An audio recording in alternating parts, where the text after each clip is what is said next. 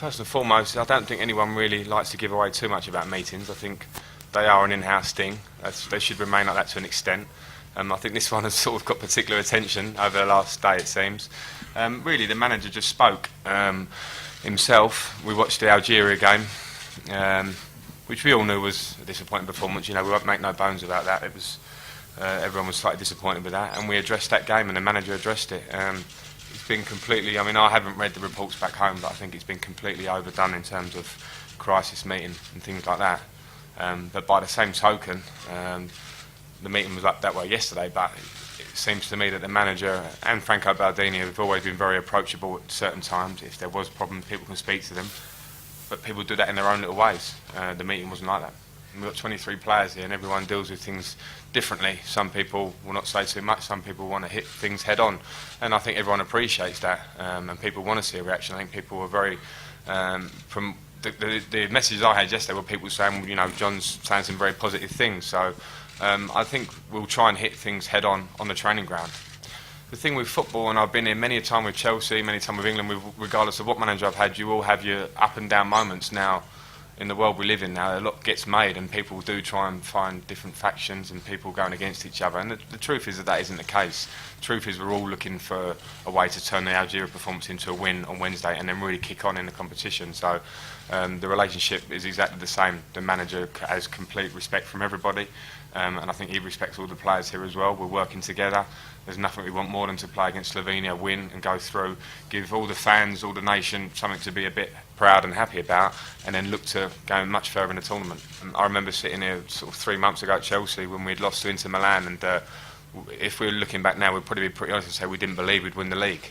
We didn't believe we'd do the double, you know, and the players turned that round. And I think we have to look at ourselves now and think what a qualifying campaign England had, the way we played. We should never forget that.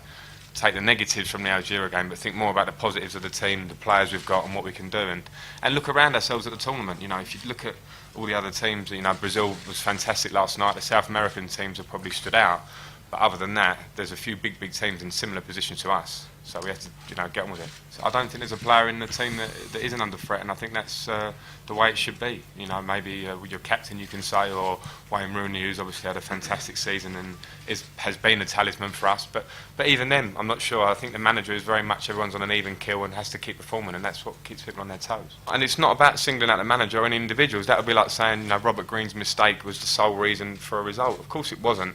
The result is a collective thing because we all walk off the pitch when we win, when we lose, when we draw.